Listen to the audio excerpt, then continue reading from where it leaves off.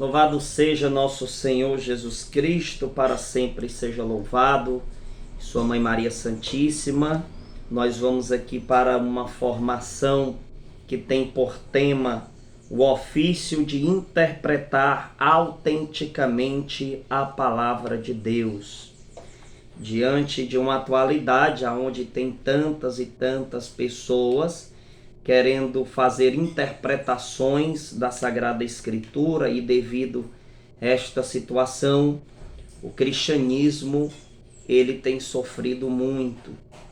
Nós temos como exemplo as seitas protestantes, que a cada dia que se passa, mais distorções acontecem, mais nascem as seitas aí no meio protestante, e tantos aí que fazem suas próprias interpretações.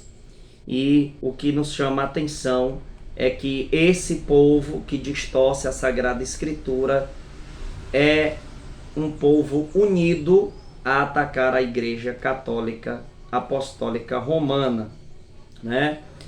Você vê claramente que eles não se entendem entre si, mas quando se trata de atacar a Igreja Católica Apostólica Romana, eles se juntam. Então nós vamos falar hoje sobre o ofício de interpretar autenticamente a palavra de Deus. Vamos iniciar com uma oração, entregando assim aos cuidados da Virgem Maria esta formação. Lembrando que eu estou fazendo o sinal da cruz com a mão direita, mas no vídeo vai aparecer com a esquerda, porque está na câmera frontal do celular. Pelo sinal da Santa Cruz, livra-nos Deus nosso Senhor dos nossos inimigos, em nome do Pai, do Filho e do Espírito Santo. Amém. Vem Espírito Santo sobre cada um de nós nesse momento, concede-nos sabedoria e que o nosso coração esteja aberto para acolher a verdade por intermédio de Nossa Senhora. Ave Maria, cheia de graça, o Senhor é convosco. Bendita sois vós entre as mulheres, bendito é o fruto do vosso ventre, Jesus. Santa Maria, Mãe de Deus, rogai por nós, pecadores, agora e na hora de nossa morte. Amém. Que Deus nos guarde, nos proteja, nos conduza, em nome do Pai, do Filho e do Espírito Santo. Amém.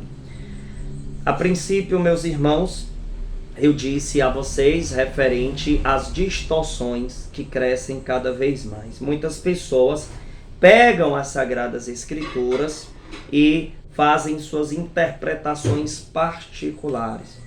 O que é que o católico realmente crê diante disso tudo?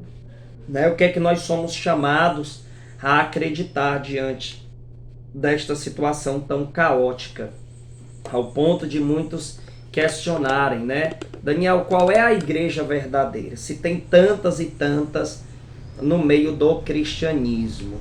Algumas pessoas vêm com esses questionamentos. E eu ouso dizer que existem muitas pessoas que se utilizam desta palavra igreja, né, cristianismo, mas não estão fazendo de fato a vontade de nosso Senhor Jesus Cristo, até porque na Sagrada Escritura, em Efésios 4:5, diz que só existe uma só fé, um só batismo, um só Senhor. Esse texto ele já nos deixa claro que essas seitas são mentirosas e não estão obedecendo a Deus. Porque se eles tivessem uma só fé, eles teriam também uma só Bíblia e uma só interpretação. Eles usam a mesma Bíblia, né, a tradução de mesma Bíblia, essa João Ferreira de Almeida, por exemplo, mas eles não possuem uma única interpretação, eles não possuem uma única igreja. Isso é muito diferente da Igreja Católica, que ela é una, santa, católica e apostólica. O catecismo da Igreja Católica, meus irmãos, vai nos dizer justamente o que está no tema de hoje, né? O ofício de interpretar autenticamente a palavra de Deus, escrita ou transmitida, foi confiado unicamente ao magistério vivo da Igreja, cuja autoridade se exerce em nome de Jesus Cristo. Isto é, foi confiado aos bispos em comunhão com o sucessor de Pedro, o bispo de Roma. Então, quem deve interpretar a Sagrada Escritura? Sou eu de forma particular? É você? É o seu vizinho? É o pastor da seita que tem aí perto da sua casa? Não. O ofício de interpretar autenticamente a palavra de Deus é da igreja, meus irmãos. Então é por isso que o católico ele não fica dizendo assim, para tudo dizer isso. Onde é que está escrito isso na Bíblia? Qual o capítulo? Qual o versículo? Porque nem tudo foi escrito na Sagrada Escritura. E o que foi escrito, existe um magistério para nos ensinar a verdadeira interpretação. Porque vai ter protestante abrindo a Sagrada Escritura, pegando um texto dela e dizendo, esse texto significa isso. Já imaginou se nós fizéssemos isso, por exemplo, com as leis do nosso país? Eu pegar lá, né, as leis e eu dar uma interpretação pessoal. Isso seria correto? Lógico que não. Então assim também não é correto referente à Sagrada Escritura. Eu tenho aqui alguns pontos que eu anotei. Lembrando que nós temos um grupo informativo, que eu envio todas as atualizações do nosso canal e envio para vocês gratuitamente esse material aqui que eu preparei, ó. Eu envio lá no grupo, então entre no grupo, vai estar aqui nos comentários do vídeo, comentário do topo, comentário fixo, vai ter os links do grupo do WhatsApp para você entrar e receber esse material e o vídeo. Então você recebe o vídeo, você assiste o vídeo acompanhando no material que você imprime. Veja só, facilidade de estudo aí, né? Vamos lá, os pontos que eu tenho aqui a mencionar. O princípio básico do entendimento cristão deve se fundamentar nestas primícias: na autoridade do magistério, de interpretação definitiva dos conceitos. Veja, a interpretação definitiva da Sagrada Escritura pertence à igreja. Nosso Senhor deixou claro isso, né? Nós vamos abordar aqui com cada detalhe dos textos bíblicos também, que nosso Senhor deixa claro isso. Deus deixou claro que quem deve interpretar a Sagrada Escritura é a Igreja Católica. Mas aí existe teólogo X, teólogo Y, e fica aquela confusão, né? Principalmente devido à mentalidade destruidora do protestantismo, que fez nascer muitos teólogos aí, querendo afirmar que a interpretação da Igreja Católica é errada, né? O que é que acontece com esse povo? Você pega o pastor X e o pastor Y, um pastor de uma denominação e outro pastor de outra denominação, esse aqui vai interpretar de um jeito e esse de outro. E vai ficar a confusão e nunca um convence o outro. Por quê, gente? Você não vê, por exemplo, o adventista do sétimo dia com o povo da Assembleia de Deus Pentecostal se entendendo. Um vai até atribuir heresia ao outro. E não, por não ter um magistério, isso nunca vai ter fim. Porque esse aqui vai dizer que significa uma coisa e esse vai dizer outra. Na Igreja Católica não existe isso. Por quê? Porque o magistério é o responsável para dar o ponto final nessas discussões. Por isso que eu digo que muitas das vezes a maioria dos protestantes perca de tempo você conversar. Por quê? Porque você vai dizer, olha, esse texto aqui, a igreja diz que significa isso, isso e isso. Aí ele vai lá e diz, não, não é assim. Aí o que é que acontece? Fica a palavra da igreja contra a deles. Mas quando um protestante passa a ter a honestidade de estudar a realidade da autoridade do magistério da igreja, ele larga o protestantismo e volta para a igreja católica. Porque ele vai entender que o ofício de interpretar autenticamente a palavra de Deus é da igreja. Igreja esta que não é uma protestante, pois naquela época nem existiam essas denominações. Então você vê que o sistema de entendimento protestante da Sagrada Escritura, ele veio com muito tempo depois, ou seja, muito atrasado, e veio para causar confusão, porque não existe um magistério. Não existe um magistério. É como você imaginar um país onde tem um presidente da república, tem as leis do país, etc. Uma pessoa pega aqui as leis e diz, não, vou interpretar isso aqui do jeito que eu quero.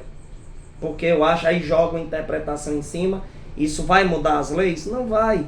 Isso vai ser, inclusive, um crime. A pessoa pode ir presa por isso. Então nós precisamos deixar claro que dentro da realidade espiritual existe um magistério estabelecido por Deus. E esse magistério é quem deve interpretar a Sagrada Escritura, né?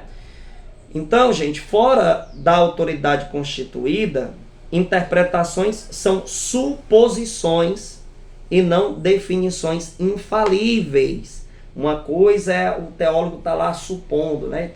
É uma suposição que aquele texto significa isso. Isso aí é totalmente diferente de uma interpretação infalível, definitiva. Essa situação de definição aqui, ela tem que ser da igreja. Pois é a igreja quem é a responsável para interpretar a Sagrada Escritura. Se você lê a Bíblia sem a visão católica, sem o magistério da igreja, o que é que acontece? Você gera interpretações pessoais e isso vai gerando um grande problema. É por isso que existem as seitas protestantes. Pode ser o protestante mais teólogo do mundo. O mais teólogo do mundo. Ele pode decorar 1000 textos bíblicos. A partir do momento que as interpretações dele não estão em conformidade com o que a igreja diz, com o que a igreja católica prega, esse cara está mentindo. Porque ele não pode interpretar a Bíblia. Quem tem que interpretar é a Santa Igreja Católica. As distorções heréticas protestantes se trata da junção de textos bíblicos separados e interpretados fora do magistério constituído. Ou seja, atribuem a si uma autoridade não constituída por Deus. O que é que acontece quando um protestante pega a Sagrada Escritura? Ele atribui a ele a autoridade de interpretação. E esta autoridade que ele atribui a si mesmo, de forma clara e objetiva, eu argumento a vocês, que quem deve estabelecer, quem teve o dever e já estabeleceu esta autoridade de interpretação foi Deus. E ele disse que é a igreja que interpreta. Não é o pastor, não é eu, não é você. É a igreja, dentro da realidade de magistério que a igreja tem. A hierarquia da igreja católica, a história da igreja, os esclarecimentos que a igreja vai nos dando no decorrer dos séculos. Daniel, é possível entender essa realidade dentro dos textos bíblicos? Lógico que sim. E nós vamos mostrar para você a partir de agora.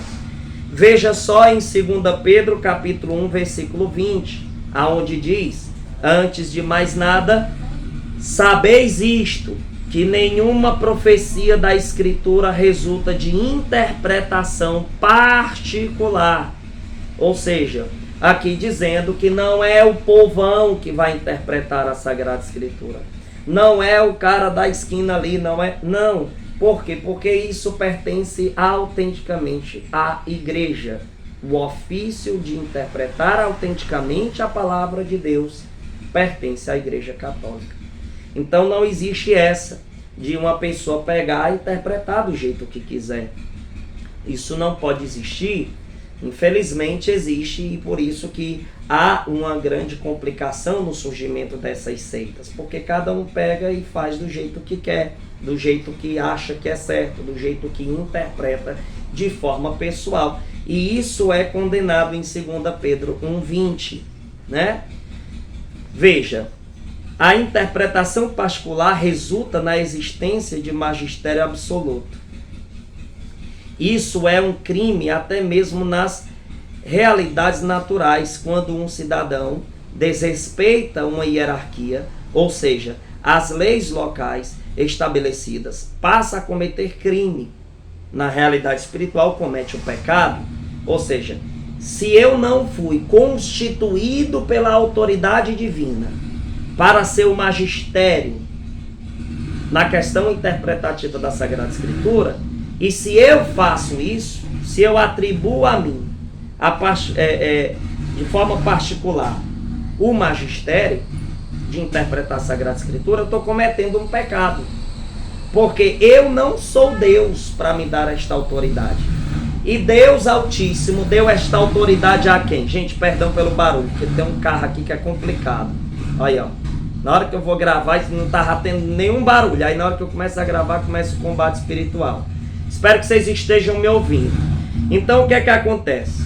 Se eu atribuo para mim esta autoridade, eu estou me colocando no lugar de Deus. Quem estabeleceu esta autoridade foi Deus. Deus estabeleceu a autoridade na Igreja Católica para interpretar a Sagrada Escritura. Não foi no pastor protestante, não. Tanto é que o protestantismo e essas placas denominacionais, elas não nasceram na época de Jesus Cristo.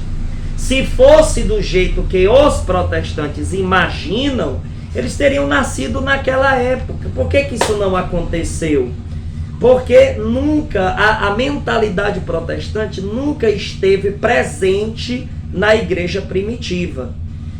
Nunca esteve presente. E quando aconteceu na igreja primitiva de ter esses aventureiros que encontramos no protestantismo, eles eram repreendidos duramente pelos apóstolos. Por exemplo, 1 Coríntios capítulo 1, versículo de número 10, onde diz que nós precisamos ter unidade, viver do mesmo jeito, na harmonia do Espírito, no mesmo Espírito, e não uma coisa diferente em cada esquina. Então o protestantismo ele não nasce lá. Por quê? Porque não existia isso. Eles foram nascer depois de muito tempo. E eles ainda têm a prepotência de dizer que eles são um retorno à igreja primitiva, que a igreja se desviou no decorrer dos séculos. Olha que absurdo falar isso, isso é uma blasfêmia, né? Isso é algo absurdo, porque como é que o cara diz que a igreja se desviou no século IV, se o próprio Cristo disse que sempre estaria presente na igreja, que ela é coluna e sustentáculo da verdade, como diz em 1 Timóteo 3,15. A igreja, jamais as portas do inferno iriam prevalecer contra a igreja, então não tem como a igreja ter se desviado, gente. O problema é que vieram as interpretações particulares fora do magistério da igreja e daí deu confusão, porque começaram a fazer igrejas e mais igrejas. Você vê que logo quando teve a mentalidade de Lutero, já surgiu logo João Calvino e por aí vai. Henrique VIII, Zwingli e por aí vai. Ou seja, começou então um grande caos. Eu vou fundar uma igreja aqui, outro ali, outro ali, outro ali. E isso não existia. Isso não existia. Dessa maneira, não existia isso. Certo? Então, gente, estabelecer as próprias regras é formar um mundo para si na naturalidade. Na fé seria querer se colocar no lugar de Deus. Se não se pode tomar o lugar do presidente da República, eu também não posso tomar o lugar do Papa. Entenda isso. Imaginou algum brasileiro que dissesse assim, a partir de hoje o presidente da República sou eu. Ele está atribuindo a si uma autoridade que ele não tem poder para atribuir a si mesmo. Assim é os pastores protestantes. Eles querem atribuir uma autoridade de magistério para eles, que eles não possuem poder para isso. Eles não têm poder para isso. Mas eles fazem. E tem gente que acredita, infelizmente. Né? Vamos fazer aqui uma leitura, né, de textos da Sagrada Escritura que eu coloquei aqui separadinhos, para você entender como eu consigo provar, também através da Sagrada Escritura, que o ofício de interpretar autenticamente a palavra de Deus é da Igreja Católica. Vamos aqui para o texto muito conhecido, muito distorcido pelos protestantes, mas vamos ler ele, que é no Evangelho de São Mateus, capítulo 16, do 13 ao 19, que vai dizer assim: chegando ao território de Cesareia de Filipe, Jesus perguntou aos seus discípulos, no dizer do povo, quem é o Filho do Homem? Primeiro ele pergunta no dizer do povo, qual é a opinião das pessoas sobre mim? Veja que vai ter uma separação aqui do próprio Cristo. Cristo separa aqui. Ele primeiro pergunta sobre a opinião do povo. Esse povo é quem na nossa atualidade? São os espíritas, os protestantes, os macumbeiros, o povo do candomblé e por aí vai. Esse é o povo que fala sobre Cristo de forma errada. Eles não pregam o verdadeiro Cristo. Eles falam de um Cristo do achismo deles, que brota do achismo deles. Então, no dizer do povo, quem é o Filho do Homem? Versículo 14. Responderam, uns dizem que é João Batista, outros Elias, outros Jeremias, ou um dos profetas.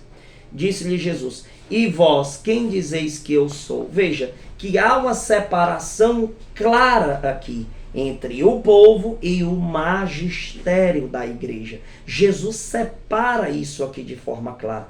Vamos primeiro aqui falar sobre o povão. O que é que o povo diz? O povo diz isso, diz aquilo. Ou seja, especulações, suposições fundadas da mentalidade carnal do homem. Aí Jesus separa, veja que ele faz uma separação aqui. Ele tira a visão dele do povo e volta-se a visão para o magistério, dizendo o quê? E vós, quem dizeis que eu sou? O que dizeis que eu sou? Né? Quem dizeis que eu sou? Simão Pedro respondeu, tu és o Cristo, o Filho de Deus vivo. Veja que Pedro vai à frente e responde isso. Por quê? Porque ele é o primeiro Papa, né? Ele é o primeiro. Então veja, aqui ainda não, olha só.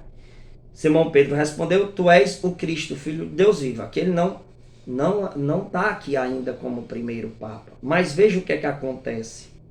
Logo após essa afirmação, o que é que acontece? Jesus então lhe disse, feliz és Simão, filho de Jonas, porque não foi a carne nem o sangue que te revelou isto, mas o meu Pai que está nos céus.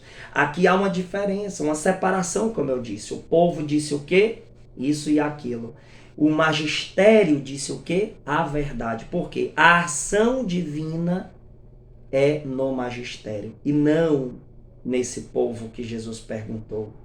Há uma separação, uma diferença, coisa que no protestantismo eles tentaram destruir essa questão da diferença, porque eles igualam qualquer pessoa ao Papa. Ele acha que o Papa é igual ao vizinho dele, ao pastor dele, a quem for. E não é assim. O próprio Cristo faz esta separação. Jesus então lhe disse, feliz és Simão, filho de Jonas, porque não foi a carne nem o sangue que te revelou isto. Também Jesus esclarecendo aqui que o que revelou ao povão lá, foi a carne e o sangue, foi coisa que brotou do achismo, da carne do homem, da carnalidade da interpretação, né, do homem, e não o agir de Deus. O agir de Deus ele está concentrado no magistério. Jesus disse então, e eu te declaro, tu és Pedro, e sobre esta pedra edificarei a minha igreja, as portas do inferno não prevalecerão contra ela. Eu te darei as chaves do reino dos céus, tudo que ligares na terra será ligado nos céus, e tudo que desligar na terra será desligado nos céus. A autoridade da igreja de interpretar autenticamente a Sagrada Escritura, de nos ensinar os dogmas de fé, está aqui, meus irmãos, de forma clara. Aí vem o protestante e dá outra interpretação a isso aqui. Aí você, como católico, diz, querido, a diferença é que eu não acredito na sua interpretação, eu acredito na interpretação da Igreja Católica Apostólica Romana. Vamos para alguns pontos essenciais e textos da Sagrada Escritura. Pedro se coloca de pé com autoridade na presença dos 11. Pedro se coloca de pé com autoridade na presença dos 11. Vamos ver aqui o destaque de Pedro. Atos dos Apóstolos 2,14 diz, Pedro então, pondo-se de pé em companhia dos 11, com voz forte lhes disse, homens da Judéia, e vós todos que habitais em Jerusalém, seja-vos isto conhecido e prestai atenção às minhas palavras. Pedro se coloca de pé, ele como Papa, como a autoridade constituída pelo próprio Deus, e diz, vocês têm que prestar atenção às minhas palavras. Por que Pedro aqui não disse, prestem atenção no que está escrito ao pé da letra na Bíblia e interprete do jeito que você quiser? Não, ele não falou isso, ele disse, vocês têm que prestar atenção no que eu vou dizer. Por que ele disse isso? Porque aconteceu, aqui é nítido o que aconteceu em Mateus 16, do 13 ao 19. Há uma separação entre a posição do povo e a posição do magistério da igreja. Por isso que Pedro disse, vocês têm que prestar atenção no que eu digo. Veja só, os 11 eram autoridades, pois chegaram a convocar a multidão de discípulos. Aqui mostra também a autoridade, né, dos apóstolos em geral, que hoje nós temos os bispos da igreja como sucessor dos apóstolos, tanto que você pegar o seu bispo da sua diocese e pegar um antes dele, um antes, vai dar lá em um dos apóstolos, porque existe a sucessão apostólica, né? Atos dos Apóstolos 6, do versículo 2 ao 4, vai dizer, Por isso, os 11 convocaram uma reunião de discípulos e disseram: não é razoável que abandonemos a palavra de Deus para administrar. Portanto, irmãos, escolhei dentre vós 7 homens de boa reputação, cheios do Espírito Santo e de sabedoria, aos quais encarregaremos este ofício. Espera lá, não adianta apenas ter sabedoria, não adianta apenas ser alguém bem visto. Veja que, para que esta pessoa seja vista como magistério, precisa que esta pessoa seja encarregada pelo magistério já constituído. Veja, aos quais encarregaremos este ofício. Nós atenderemos sem cessar a oração e o ministério da palavra. Veja que atenderemos. Então, há aqui um magistério constituído que só pode, veja só, alguém só pode pertencer ao clero se esta pessoa for encarregada deste ofício. Encarregada por quem? Pela igreja. Pela igreja na pessoa de quem? Primeiramente, acima de tudo, de Cristo, pois foi ele quem deu a autoridade. E nos bispos em unidade com o Papa. Veja a diferença da realidade católica para a realidade protestante. Isso não existe no protestantismo, né? Não existe um magistério constituído, infalível, dentro da realidade protestante. O primeiro concílio foi convocado pelo magistério da igreja. Atos dos Apóstolos 15, do 6 ao 7. Você vê acontecer concílio no protestantismo? Não vê, gente, não dá, porque eles não têm uma liderança única. Você acha que o protestantismo é que parece mais com o povo da Bíblia? Está muito longe disso, pelo amor de Deus. Muito longe. Quando é que aconteceu o concílio no protestantismo? Não tem. Não tem. Vai tentar fazer um concílio no protestantismo. Você vê a confusão infernal lá entre adventista, entre pentecostais, povo da mundial, universal e por aí vai. Não tem como. Reuniram-se os apóstolos e os anciãos para tratar desta questão. Atos dos Apóstolos 15, do 6 ao 7. Ao fim de uma grande discussão, Pedro se levantou. Pedro levantou-se e lhes disse: irmãos, vós sabeis que já há muito tempo Deus me escolheu dentre vós para que a minha boca os pagãos ouvissem a palavra do evangelho e crescem. Lá vai o carro vai de novo. Misericórdia. Misericórdia. Então veja que ele deixa claro que começou a discussão. Pedro se levanta e manda todo mundo silenciar. Deixa passar. Vai com Deus abençoado.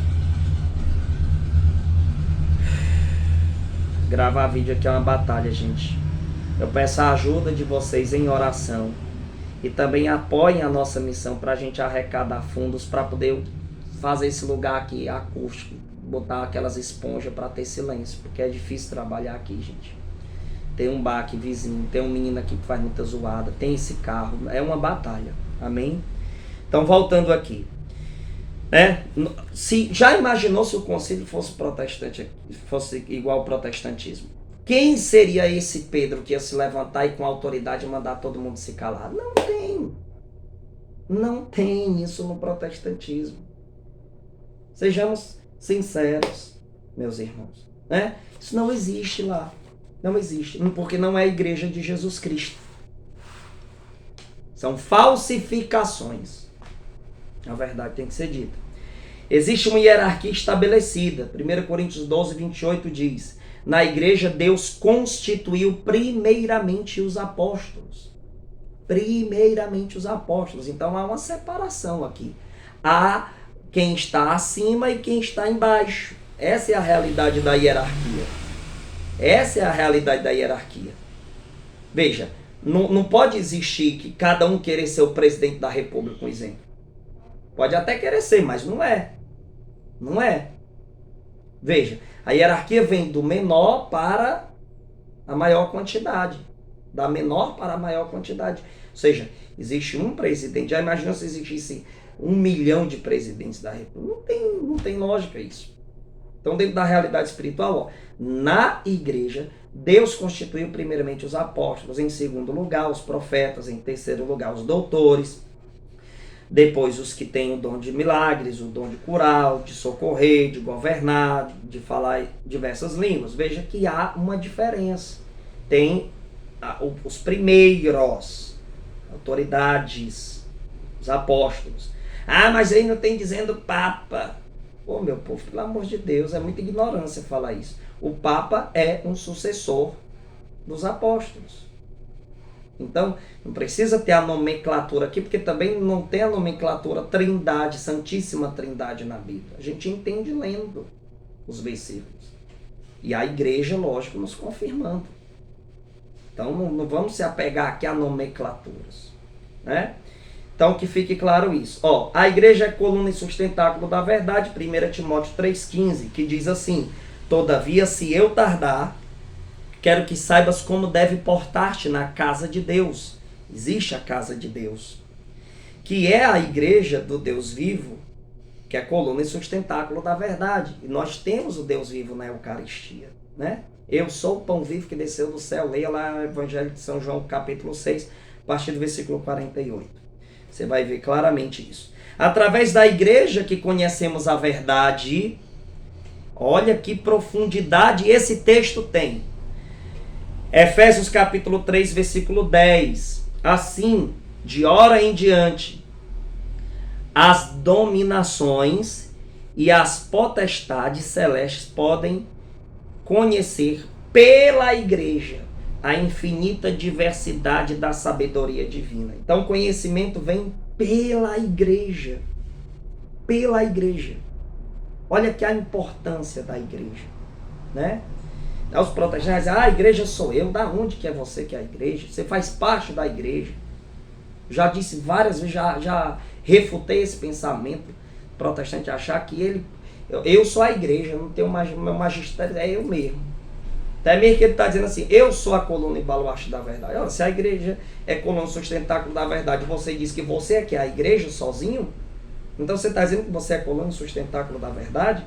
Você está dizendo que as posses do inferno jamais vai prevalecer contra você? E das vezes que você pecou mortalmente?